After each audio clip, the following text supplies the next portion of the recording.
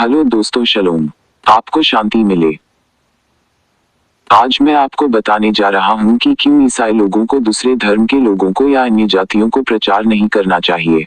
ईसाई लोग हिंदुओं को प्रचार करके मसीह के आज्ञा का सीधा उल्लंघन कर रहे हैं और ये उनको समझ में नहीं आता है, क्योंकि मसीह ने तो उनके 12 प्रेरितों को कहा था कि तुम अन्य जातियों में मत जाओ। मत्ती 10:5 में मसीह कहते हैं कि मैं सिर्फ इस्राएल के खोए हुए भेड़ों के लिए भेजा गया हूँ। मत्ती 15:24 में है। मसीह जब प्रचार करने गए तो इस्राएल के 12 गोत्रों के शहरों और गांवों में ही गए, वे अन्य जातियों के बस्तियों में नहीं गए। और कहते रहे कि मैं सिर्फ इस्राएल के खोए हुए भेड़ों के पास ही भेजा गया हूँ। मसीह ने 12 चेले सिर्फ यहूदी लोग ही चुने, उनमें से एक भी अन्य जाति नहीं था। जब बात आती है कि मसीह पापियों के साथ उठते बैठते थे तो ये सब यहूदी पापी लोग थे। हमें ये कैसे मालूम है कि मसीह अन्य जातियों के साथ नहीं खाते थे? ये हमें केहफा की गवाही से पता चलता है। केहफा कहते हैं कि एक यहूदी होकर अन्य जातियों से मिलना जुलना कितना गलत है। प्रेरितों के काम 10:28 में। दूसरी बात, अगर मसीह चेलों के साथ अन्य जातियों के साथ खाते पीते तो सदुकी और फरीसी लोग प्रश्न जरूर उठाते कि आप अन्य जातियों के साथ क्यों खाते पीते हैं। मसीह सामरी स्त्री को भी कहते हैं कि मुक्ति तो यहूदियों से ही है। यूहन्ना 4:12 में मसीह ने 12 यहूदी चेले चुने थे और प्रचार के लिए यहूदियों के पास ही भेजे थे और कहा कि तुम अन्य जातियों के यहाँ मत जाओ और सामरियों के यहाँ भी मत जाओ, परंतु इस्राएल के खोए हुए भेड़ों के पास जाओ। ये 12 चेले चिन्ह के तौर पर 12 गोत्रों के लिए ही थे। 12 गोत्रों के लिए इसलिए थे कि इस्राएली लोग अन्य जातियों को अपना उदाहरणपूर्ण जीवन दिखाने में असफल हुए थे। इसीलिए उनसे कहा कि जाओ और उनसे कहो स्वर्ग का राज्य नजदीक है, इसलिए मन फिराओ। इस्राएली लोगों के मन फिराने से बहुत सारे अन्य जाति भी मन फिरा सकते थे। भजन संहिता 96:3 में आया है कि अन्य जातियों में उनकी महिमा का और देश देश के लोगों में उनके आश्चर्य कर्मों का वर्णन करो। तो इस पद के द्वारा पता चलता है कि हमारे एलोहिम की महिमा और उनके आश्चर्य कर्मों का वर्णन अन्य जातियों में होना चाहिए। अगर मसीह कहते हैं कि तुम अन्य जातियों में मत जाओ और फिर कहते हैं कि तुम जाओ, तो कौन सी बात पर यकीन करें? क्या मसीह अपनी बातों से पलट रहे हैं? नहीं, ऐसा कभी नहीं हो सकता। तो फिर यहाँ पर एक महान आज्ञा है जो मसीह ने दिया है, जो मत्ती 28:18-20 में है कि तुम सारे संसार में जाओ और मेरे नाम का सुसमाचार प्रचार करो। क्यों बोल रहे हैं? यहाँ पर अगर मसीह कहते हैं कि तुम सारे संसार के अन्य जातियों को प्रचार करो, तो फिर उनका अन्य जातियों के यहाँ मत जाओ कहना क्या है? 12 चेलों को ही कहा अन्य जातियों के यहाँ मत जाओ, फिर कहते हैं कि संसार के अन्य जातियों में जाओ। ये कैसे हो सकता है? और एक ही व्यक्ति दो तरह की बातें कैसे कर सकते हैं? ये तो वही बात हो गई कि ईसाई लोग कहते हैं कि पुराने नियम के ईश्वर ने सूअर मत खाओ बोला और नए नियम के ईश्वर ने बोला खाओ। क्या ईसाइयों ने उनके ईश्वर को झूठ बोलने वाला और बदलने वाला बना दिया? क्या ऐसा ही है? ऐसा बिल्कुल भी नहीं है। यहाँ पर समझने में फेर है। लेकिन मेरे यहोशुआ मसीहा तो कभी झूठ नहीं बोलते हैं। इस बाइबल पद को समझना बहुत जरूरी है। वो ये कि जब मसीह कहते हैं कि सब देश में जाकर चेला बनाओ, तो यह अन्य जातियों को चेला बनाने के लिए नहीं बोल रहे हैं, परंतु यह बोल रहे हैं कि वे जाकर संसार भर में तितर बितर हुए यहूदी लोगों को राज्य का सुसमाचार सुना सके। मसीह के समय में सिर्फ 2 ही गोत्र के लोग इस्राएल में पाए जाते थे और वे थे यहूदा और बिन्यामीन गोत्र के लोग। बाकी सब 10 गोत्र के लोग तो यारोबाम के समय से ही दुनिया भर में तितर बितर हो गए थे और आज तक भी उन 10 गोत्रों का कुछ भी पता नहीं चला है। पर एक दिन मसीह खुद ही उनको ढूंढ निकालेंगे। मसीह कहते हैं कि तुम सारे संसार के यहूदियों के बीच में जाओ और स्वर्ग के राज्य का प्रचार करो। आज पूरे भारत में ही नहीं परंतु दुनिया भर में कन्वर्शन के खिलाफ आवाजें उठ रही हैं। क्यों? क्योंकि ईसाई लोग बाइबल को सही प्रकार से समझ नहीं रहे हैं और प्रचार भी सही प्रकार से नहीं कर रहे हैं। असल में बाइबल के मुताबिक देखा जाए तो हिंदुओं या मुस्लिमों को या अन्य जातियों को प्रचार नहीं करना चाहिए। यह इसलिए क्योंकि बाइबल में अन्य जातियों को प्रचार करने के लिए कहीं पर भी साफ तौर से नहीं कहा गया है और कोई भी समाज यह नहीं चाहता कि उसके समाज का व्यक्ति किसी धर्म में जाए। सबको अपना धर्म प्यारा होता है और कोई नहीं चाहता कि उनका कोई भी सदस्य ईसाई बने। अगर कोई बाइबल की शिक्षा को समझकर अपनाना चाहे तो वो उसकी मर्जी है, पर उसको झूठे प्रचार से नहीं बहलाना चाहिए। आज के ईसाई लोग बाइबल की शिक्षा का प्रचार नहीं करते हैं, वे गलत तरीके से प्रचार करते हैं, अर्थात जैसा मसीह चाहते हैं वैसा तो बिल्कुल भी नहीं करते। वे कहते हैं, अगर तुम विश्वास करोगे तो सब ठीक हो जाएगा, नौकरी मिल जाएगी, घर में शारीरिक आशीषें होगी, बीमारी चली जाएगी, शारीरिक दुख सब दूर हो जाएगा, प्रार्थना करने से हमारी हर जरूरतें पूरी हो जाएगी इत्यादि। मेरे 30 साल के मसीही जीवन में मैंने तकलीफ ही देखा है। यह रास्ता तो बहुत ही संकरा है। मसीह ने खुद तकलीफ उठाया, चेलों ने तकलीफें उठाई, तो तुम हम किस खेत की मूली है? क्या यही था मसीह का प्रचार? पर मसीह की शिक्षा तो यह नहीं थी। वो कहते थे, लूका 9:58 में यहोशुआ ने उससे कहा, लुंदियों के भट्ट और आकाश के पक्षियों के बसेरे होते हैं, पर मनुष्य के पुत्र को सिर धरने की भी जगह नहीं। इस प्रकार का प्रचार होना चाहिए, न कि प्रलोभन देकर। अगर ईसाइयों का प्रचार सुनकर कोई कन्वर्ट हो भी गया तो वो व्यक्ति उसके विपरीत पाता है कि क्रिश्चियन जीवन कितना मुश्किल है। अब वो वापस भी नहीं जा सकता और यहाँ भी उसका मन नहीं लगता है। अब करे तो क्या करे? अब वो एक हारा हुआ जीवन जीने लग जाता है। ईसाई अगर एक ईसाई को ही प्रचार करता है तो वो बहुत अच्छा करता है, क्योंकि आज जो बुराई ईसाइयों में पाई जाती है वो दूसरे धर्म के लोगों में नहीं पाया जाता। इसलिए एक ईसाई को दूसरे ईसाई को ही मजबूत करना चाहिए, न कि अन्य जातियों को प्रचार। जैसे मसीह ने आज्ञा दिया कि तुम सारे जगत के यहूदियों को प्रचार करो, वैसे ही 12 चेलों ने आज्ञा पालन किया। और वे लोग सिर्फ पैलेस्टाइन में ही सिमट कर नहीं रह गए, परंतु वे विभिन्न देशों के यहूदियों को ढूंढते हुए गए और प्रचार भी किया। पर उनके लिए तो मृत्यु ही लिखा था। वे प्रचार करते करते ही बलिदान हो गए। आइए कुछ इतिहास की बातें करते हैं। कहते हैं कि थॉमस नाम के प्रेरित भी मसीह के आज्ञा का पालन करने के लिए और उसी बात को ध्यान में रखकर जो मसीह ने कहा था कि सारे जगत में जाओ, भारत के केरला नामक राज्य के मलाबार में आए थे और वहां खूब प्रचार प्रसार करने के बाद लोगों ने उन्हें भाले से बेध कर मारा। केहफा और पौलुस को तो रोम में ही मार डाला गया था। अंद्रिया तो सोवियत यूनियन जो आदमखोर के नाम से जाना जाता है वहां गए थे। फिर एशिया माइनर जो आज का टर्की है वहां गए और जाकर प्रचार किया और वहीं पर मार डाले गए थे। फिलिप जो यहोशुआ मसीह को कहते थे कि हमें पिता दिखा दीजिए, वे नॉर्थ अफ्रीका में प्रचार करने गए थे और उनको भी वहीं मारा गया। मत्तित्याहु पर्सिया और इथियोपिया गए थे और वहीं शहीद हो गए थे। बार्थोलोमेव आर्मेनिया और दक्षिणी अरेबिया में शहीद हो गए।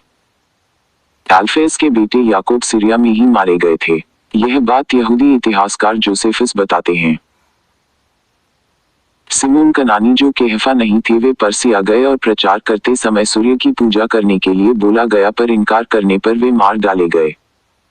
मथियास जो यहूदा इस्करियोती के जगह में 12 प्रेरितों में डाले गए थे, वे भी अंद्रिया के साथ सीरिया में जिंदा जला दिए गए। और यूहन्ना जो प्रिय चेला कहा जाता है, उन्हें एफेसुस में ही कड़ाही में तेल गरम करके उसमें डाला गया, पर कुछ भी नहीं हुआ। फिर राजा टाइटस ने पतमोस नामक टापू में मरने के लिए छोड़ दिया था, परंतु वे वहां तब तक जिंदा रहे जब तक प्रकाशित वाक्य समाप्त नहीं हुआ। इसी प्रकार से सभी चेलों ने उस आज्ञा का पालन किया जो मसीह ने दिया था। अब मैं आपको कुछ उदाहरण देता हूँ जिससे आपको पता चलेगा कि बिना प्रचार किए भी अन्य जाति लोग मसीह में आ जाते हैं। मसीह कहते हैं कि हर पौधा जो मेरे स्वर्गीय पिता ने नहीं लगाया उखाड़ा जाएगा। मत्ती 15:13 में है। इसका मतलब जिस पौधा को पिता ने लगाया है उसे कोई उखाड़ नहीं सकता है। आइए ऐसे ही उदाहरण देखते हैं। रुत एक मोआबी स्त्री होने के बावजूद भी वो उनके पति महलोन और उनके परिवार के अच्छे व्यवहार और उनकी सास के अच्छे व्यवहार के द्वारा वो यहूदी धर्म में परिवर्तित हुई थी और मसीह के वंशावली में रुत का नाम आता है। राहाब भी एक अन्य जाति स्त्री थी। उनको किसी ने प्रचार नहीं किया था, पर जो बातें बाकी सभी लोग बोलते थे कि इस्राएलियों के एलोहिम शक्तिशाली हैं, वही बात राहाब भी सुनती थी। फिर भी विश्वास कर लिया और अनुग्रह प्राप्त किया और मसीह के वंशावली में राहाब का नाम आता है। सूबेदार को भी किसी ने प्रचार नहीं किया था, पर उसने खुद ही मसीह पर विश्वास किया था। मसीह ने भी उसके विश्वास की प्रशंसा की और कहा, मैंने पूरे इस्राएल में ऐसा विश्वास कभी नहीं देखा। और एक यूनानी स्त्री को तो मसीह ने इतना तक कह दिया कि बच्चों की रोटी लेकर कुत्तों को देना उचित नहीं है। उस स्त्री को भी किसी चेलों ने या मसीह ने प्रचार नहीं किया था, पर जो सबने सुना था मसीह के बारे में वही बातें सुनकर उस औरत ने विश्वास किया था, और मसीह ने इस स्त्री के भी विश्वास को सराहा और कहा कि सारे इस्राएल में ऐसा विश्वास नहीं पाया। बात करते हैं करनेलियस की। करनेलियस एक रोमी या अन्य जाति होते हुए भी यहूदियों के नियमों को मानते थे। प्रेरितों के काम 10 अध्याय 1 से 4 पद तक पढ़ने से मालूम होता है कि वो एक पक्का यहूदी मत को मानने वाले व्यक्ति थे। उसमें लिखा है कि वे एक भक्त थे। वे सारे परिवार के साथ एलोहिम से डरते थे। वे दान देते थे और निरंतर प्रार्थना करते रहते थे। तो यहाँ पर भी हम ये देखते हैं कि करनेलियस एक रोमी ऑफिसर हैं और यहूदियों के जीवन को देखते हुए वे खुद ही प्रभावित होते हैं और विश्वास करते हैं और कन्वर्ट भी होते हैं। इसलिए हमें यह मानना चाहिए कि जिसको एलोहिम बचाना चाहते हैं उसे कैसे भी बचा लेंगे। ऐसे ही बहुत सारे उदाहरण दिया जा सकता है कि लोगों ने खुद ही विश्वासियों के जीवन को देखकर विश्वास किया है। केफा कहते हैं 1 पतरस 2 के 12 में, अन्य जातियों में तुम्हारा चालचलन भला हो, इसलिए कि जिन जिन बातों में वे तुम्हें कुकर्मी जानकर बदनाम करते हैं वे तुम्हारे भले कामों को देखकर उन्हीं के कारण कृपा दृष्टि के दिन एलोहिम की महिमा करें। दूसरा पद में मसीह भी बोलते हैं, मत्ती 5 के 16 में, उसी प्रकार तुम्हारा उजियाला मनुष्यों के सामने चमके कि वे तुम्हारे भले कामों को देखकर तुम्हारे पिता की जो स्वर्ग में है बड़ाई करें। आज मैं आप सबको विशेष करके ईसाइयों को बताना चाहता हूँ कि आप दूसरे धर्मों के लोगों को प्रचार न करें, बल्कि अपने जीवन को एक उदाहरण पूर्ण बनाए ताकि लोग देख सके और तुम्हारे सृष्टिकर्ता की महिमा हो।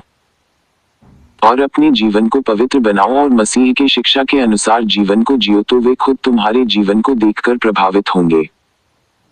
आज ईसाइयत पूरा बदनाम है कि बाहर का पैसा आता है इसलिए ये लोग धर्म परिवर्तन कराते हैं, परंतु ईसाई लोग कहते हैं कि हमें आत्मा बचाना चाहिए। आत्मा बचाना नहीं, यहाँ तो आत्मा का विनाश हो रहा है।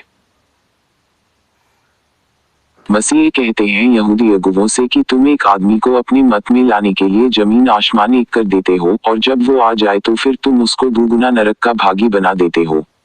मैं यह इसलिए कह रहा हूँ कि ईसाई लोग खुद तो एक भी आज्ञा को नहीं मानते हैं, परंतु वे ब्लाइंड फेथ को फैलाते हैं। वचन में विश्वास करने या कराने की बजाय वे हीलिंग, विजन, प्रोफेसी और अन्य भाषा जैसे बातों को बढ़ावा देते हैं जो आज के जमाने में है ही नहीं। बाइबल में बहुत सारे उदाहरण आए हैं जिससे साफ तौर से समझा जा सकता है कि अब चमत्कार नहीं होते, जैसे 1 कोरिन्थी 13 के 8 में हो, प्रेम कभी टलता नहीं, भविष्यवाणियां हो तो समाप्त हो जाएंगी, भाषाएं हो तो जाती रहेंगी, ज्ञान हो तो मिट जाएगा। यहाँ पर कहा गया है कि भविष्यवाणियां समाप्त हो जाएगी, भाषाएं हो तो जाती रहेंगी। इसका मतलब ये हुआ कि चमत्कार खत्म हो गया। मसीह ने भी कहा कि इस दुष्ट और व्यभिचारी पुस्तक को कोई चिन्ह नहीं दिया जाएगा बजाय योनाह के। यहाँ मसीह खुद कह रहे हैं कि चिन्ह या साइन नहीं दिया जाएगा, तो ये लोग कहाँ से कर रहे हैं? मसीह से तो कदापि नहीं। फिर दानियल भी कहते हैं कि मसीह के मृत्यु या काटे जाने के बाद दर्शन समाप्त होगा, और सबसे साफ तो यूहन्ना ने बताया है। प्रकाशित वाक्य 22 का 18 और 19 में लिखा है, मैं हर एक को जो इस पुस्तक की भविष्यवाणी की बातें सुनता है गवाही देता हूँ कि यदि कोई मनुष्य इन बातों में कुछ बढ़ाए तो एलोहिम उन विपत्तियों को जो इस पुस्तक में लिखी हैं उस पर बढ़ाएंगे, और यदि कोई इस भविष्यवाणी की पुस्तक की बातों में से कुछ निकाल डाले तो एलोहिम उस जीवन के पेड़ और पवित्र नगर में से जिसकी चर्चा इस पुस्तक में है उसका भाग निकाल देंगे। मैं यह मानता हूँ कि जो आज हीलिंग और चमत्कार का महाजाल फैलाकर बैठ गए हैं ये सब इसी यूहन्ना के चेतावनी का मजाक उड़ा रहे हैं।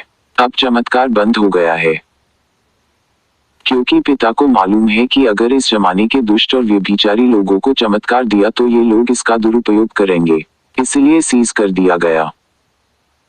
ये हीलिंग या चुंगाई करने वाले लोग कुछ नहीं कर सकते, सिर्फ ड्रामा करते हैं। अगर हीलिंग कर सकते तो आज कोरोना से कितने लोग मर गए।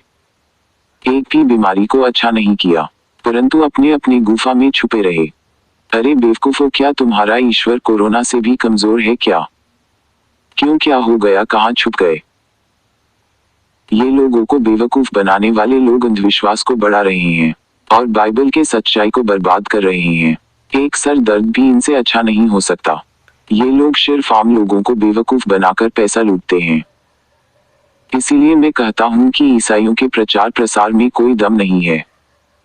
अंत में यही बोलना चाहूंगा कि ईसाई लोग सावधान हो जाओ और अन्य जातियों को प्रचार करना बंद करो, क्योंकि यही मसीह की आज्ञा है। अगर मसीह की आज्ञा को पालन नहीं करोगे तो मसीह नाराज हो जाएंगे। अंत में शलोम, धन्यवाद।